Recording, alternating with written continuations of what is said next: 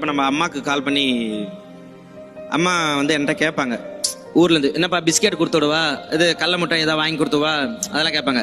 இல்லைம்மா 2 புடவையும் பாவாடை மட்டும் கொடுத்து விடு, எனக்கு அது செட் ஆகலம்மா, நீ ஒன்று நான் போட்டு நான் நடிக்கிறேன், எனக்கு ஒரு 3 புடவை வீட்டு ஃபுல்லாக புடவை ஜாக்கெட்டு தான் வாங்கி வச்சுட்டு இருந்தேன். எங்கள் அம்மா அப்பா என்னப்பா இப்படி கேட்குற அப்படின்னு.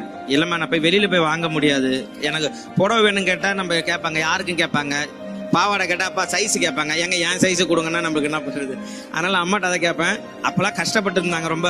அம்மாலாம் ரொம்ப இதாக இருக்கும். பசங்களே ஒரு ஃப்ரெண்ட்ஸுங்களே எல்லாருமே பேசினா கூட யார் மேலே போய் மேலே கையை வச்சாவே, ஏய் என் மேலே ஏன்டா கையை வைக்கிற, அங்கே பாரு புகழ் மேலே கை, அவன் தான் லேடி கேட்ட போடுவான், அதை ஒரு கொச்சியாக பேசிட்டு இருந்தாங்க. அதெல்லாம் கிடையவே கிடையாது. அன்னைக்கு நான் லேடி கேட்ட போட்டது தான் இன்னைக்கு இந்த மேடை எனக்கு. இன்னைக்குமே சரி, என்னைக்கா இருந்தாலும் அந்த மேடை லேடி கேட்டப் நான் மறக்கவே மாட்டேன். நான் கஷ்டப்பட்டு போய் எனக்கு உறுதுணையாக கொடுத்த அதுதான்.